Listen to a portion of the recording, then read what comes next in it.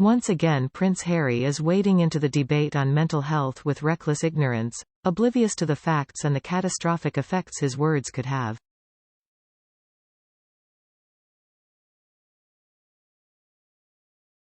He speaks about using drugs that are illegal in this country, proclaiming the benefits he has enjoyed from cannabis and hallucinogenics such as ayahuasca.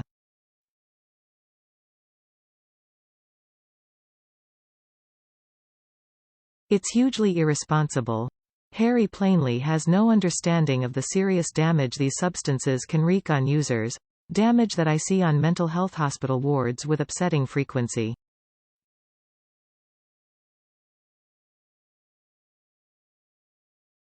If he was any other celebrity, we could safely ignore him. But this is a man who uses his platform as a member of the royal family and sets himself up as a serious advocate for mental health policies.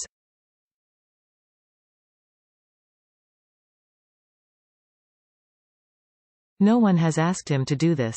He has adopted this course of action for his own reasons, and he seems to think that, since he doesn't regret his own choices with drug use, these must be good for everyone.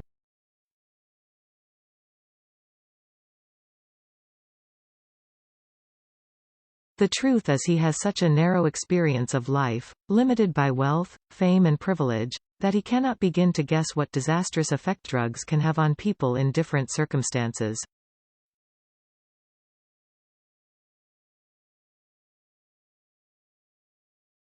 Speaking objectively, from a distance, he doesn't look to me like a great advert for marijuana, cocaine or anything else.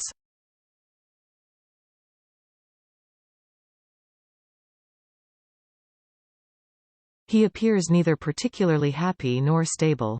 Looking at the recent outcomes of his life, he has left his home country, broken off relations with members of his family, seems distanced from his friends back home and no longer has an army career.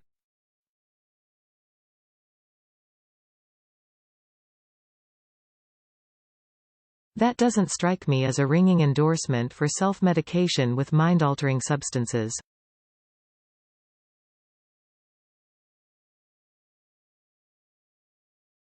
At best, we can say that if drug use has not exacerbated his mental health problems, then he can count himself extremely fortunate.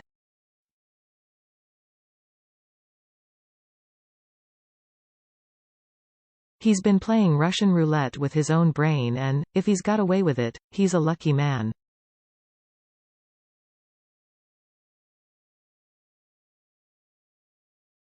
Harry is an example of what medical researchers call an N=1. That's a fancy way of saying his experiences are wholly anecdotal. The number, or N, of people involved in his unscientific study is 1, i.e. himself.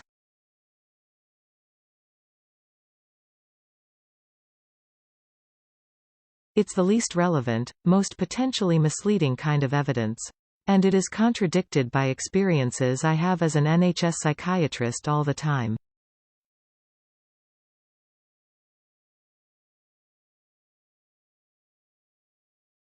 How many times has Harry had to join police, nurses and social workers to detain a psychotic cannabis user under the Mental Health Act, as I did a few days ago? This man needed urgently to be sectioned for his own safety and that of his neighbors, who lived in terror of him.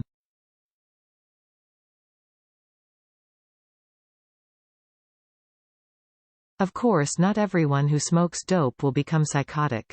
But it is a significant known risk, one that Harry didn't even mention during his conversation with trauma therapist Gabor Mate at the weekend, where tickets for the live-streamed event cost £19. The price included a copy of Harry's memoir.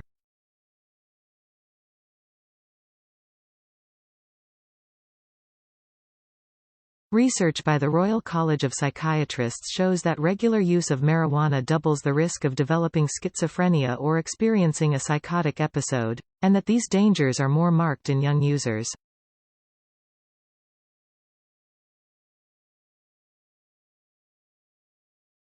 Harry also didn't highlight the evidence that prolonged cannabis use is associated with personality and behavioral change, especially social withdrawal and what psychiatrists call avolition, a lack of self-directed motivation.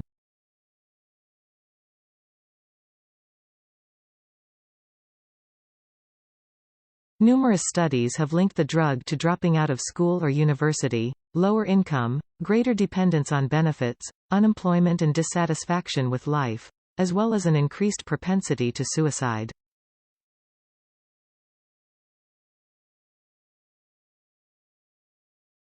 As for his enthusiasm for ayahuasca, a mind-altering drink made from plants found in the Amazon rainforest including the Psychotria viridis shrub, I am almost speechless at the stupidity of his endorsement.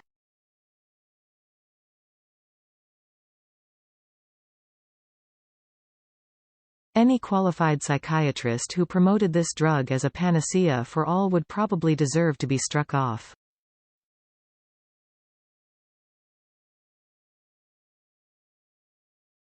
The Duke of Sussex has forfeited any right he might have had to be seen as a credible representative for mental health charities.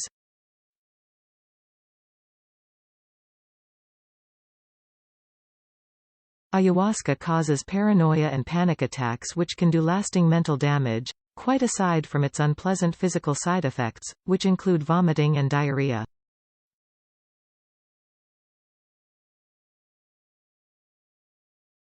Harry's twee description of it as a windscreen wiper for the mind is a complete and utter embarrassment.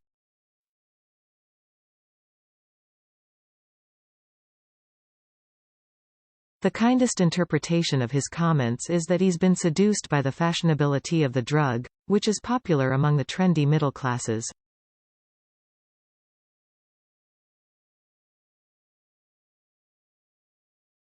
He is promoting yet another quack therapy. His vacuous, self-satisfied waffle only goes to show what a sheltered life he leads.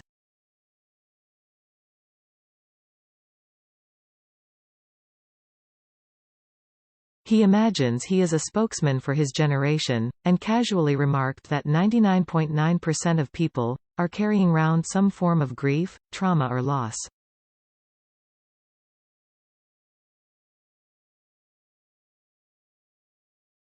This much is certain.